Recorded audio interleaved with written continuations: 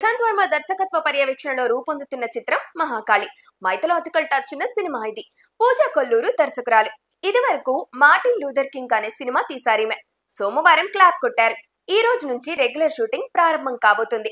ఈ సినిమాలో ఓ కీలక పాత్ర కోసం బాలీవుడ్ నటుడు అక్షయ్ ఖన్నాని ఎంచుకున్నారు.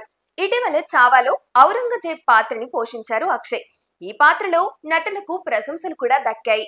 అక్షయ్ ఖన్నా కెరీర్ లో ఇది ఓ మేలిమి మలుపు లాంటి పాత్ర. ఆ సినిమా తరువాత అక్షయ్ కు చాలా ఆఫర్లు వచ్చాయి. కానీ మహాకాళిలో పాత్ర ఆయన్ను ఆకట్టుకుంది.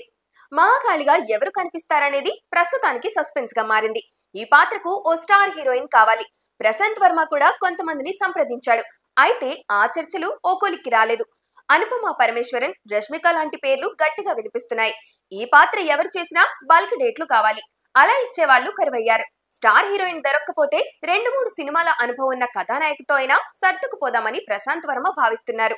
ప్రశాంత్ వర్మ సినిమాటిక్ యూనివర్స్ లో మహాకాళి కూడా ఓ భాగమే. ఆయన ఇదివరకు తీసిన హనుమాన్ తో పాటుగా తీయబోయే అధీరాలోని పాత్రలు కూడా ఈ యూనివర్స్ లో కలుస్తాయి. త్వరలోనే ఈ చిత్రానికి సంబంధించిన పూర్తి వివరాలు బయటకు వస్తాయి.